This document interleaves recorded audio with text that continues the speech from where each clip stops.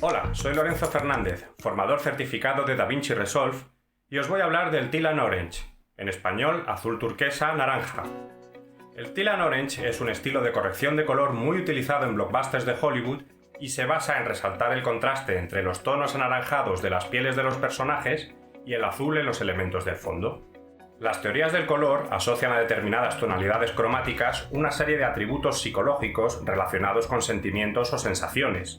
De este modo, el naranja es un color que implica acción, dinamismo, ambición. Por el contrario, el azul denota frialdad, inseguridad o temor.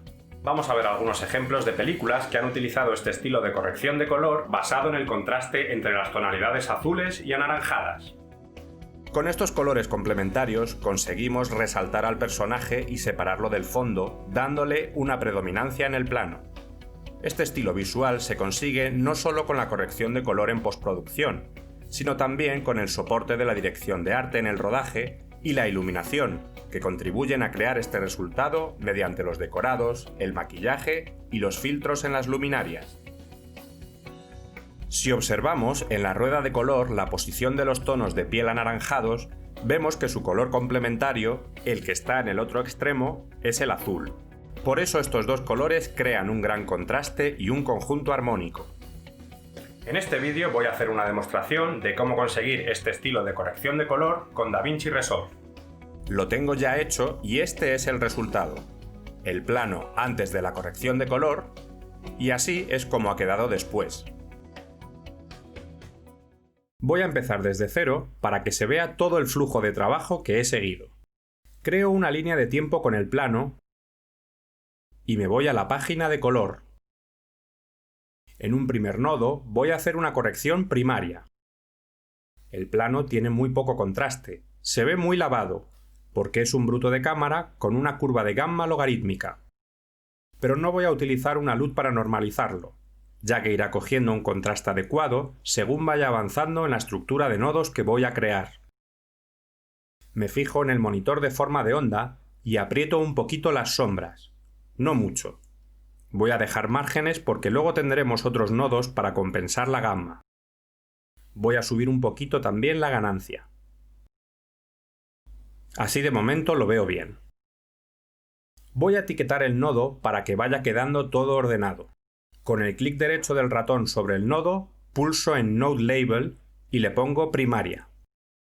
A continuación pongo otro nodo con el atajo de teclado Alt-S. También puedo hacer lo mismo en el menú de Color, Nodos, Add Serial Node. Y además voy a crear un nodo de capa, un Layer Node. ¿Por qué voy a utilizar un Layer Node? Porque al mezclarlo con el nodo de arriba utilizando el mezclador con los modos de fusión, si lo pongo en Overlay, consigo unas texturas muy interesantes. Es muy parecido a lo que hubiera podido conseguir con una LUT, pero sin necesidad de recurrir a ella. Simplemente utilizando el modo de fusión overlay del plano consigo mismo.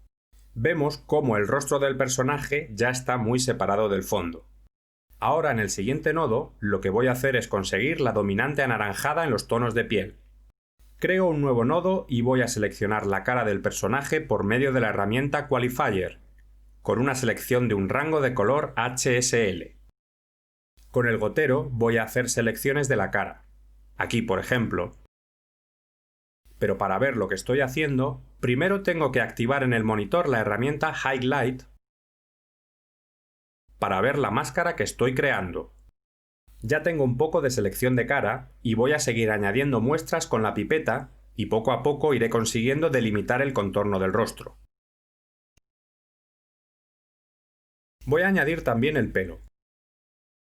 Ahora voy a refinar un poco la máscara con este menú, Matte Finesse. Subiendo el Clean White estoy consiguiendo mejorar la selección. Está ya casi perfecta. Para eliminar estos rastros que quedan aquí en el fondo, voy a utilizar una Power Window. Voy a hacer un círculo en torno a la cara para que el Qualifier solo actúe dentro de esta máscara. Con este círculo rojo ajusto el calado, es decir, la zona en la que se empieza a difuminar la selección. Voy a seguir ampliando la máscara. Los elementos del fondo que quedaban en esta zona ya no están en la selección. Voy a rotar un poco para ajustar mejor a la posición del personaje en el cuadro. Ahora voy a hacer un seguimiento de movimiento porque el personaje se mueve, no está estático. Entonces la máscara debe seguir el movimiento del personaje. Me voy a la herramienta Tracking y pulsando en el play va a seguir el desplazamiento del rostro a lo largo de la secuencia. Es un plano cortito y lo ha hecho muy rápido. Se puede ver cómo ahora la máscara sigue el movimiento del rostro. Para dejar de ver en el monitor la Power Window, la quito en este menú, Off. Y quito el Highlight. Ya tengo la selección de la cara. Ahora voy a incorporar la dominante anaranjada. Me voy a la rueda de corrección primaria y en la gamma voy a desplazar el centro hacia los tonos de piel para teñir la selección de naranja. Se ve claramente el efecto. Antes y después, con control D. La cara está cogiendo ya esa tonalidad anaranjada que estoy buscando y no está afectando al fondo. ¿Qué otro ajuste puedo hacer que queda muy bien? Pues aquí abajo voy a reducir el Mid-Tone Detail. Este parámetro reduce el detalle en las tonalidades medias. Lo voy a hacer de forma muy exagerada para que se aprecie bien el efecto. Ha eliminado todas las impurezas de la cara. Esto es un maquillaje digital en toda regla.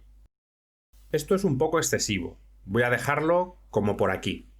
Algo natural, que no quede una cosa muy artificial. Ya tengo el orange de los tonos de piel. Voy a nombrar el nodo como orange.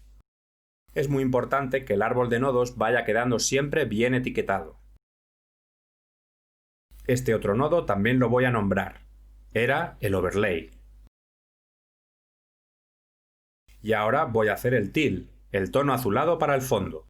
Voy a añadir un nuevo nodo. ¿Pero qué tipo de nodo voy a utilizar?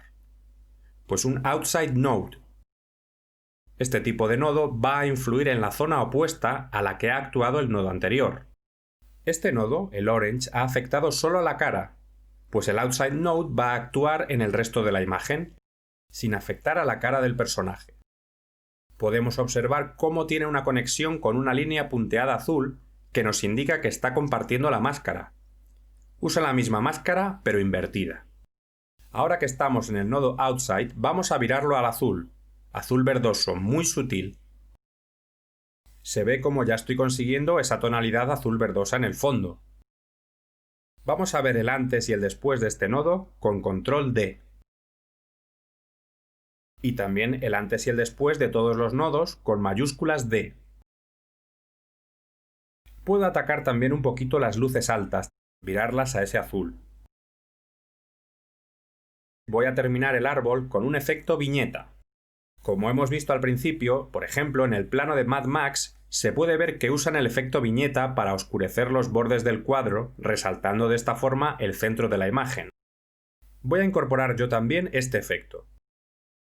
Le pongo primero su etiqueta al nodo teal y creo un nuevo nodo. El efecto viñeta lo puedo encontrar en el menú OpenFX. Voy a utilizar el buscador, con la lupa. Vignette. Y ahí está. Lo arrastro hasta el nodo. En el inspector puedo editar todos estos parámetros hasta dejarlo a mi gusto. Vemos el antes y el después de este nodo. Control D. Y el antes y el después de todos los nodos. Mayúsculas D.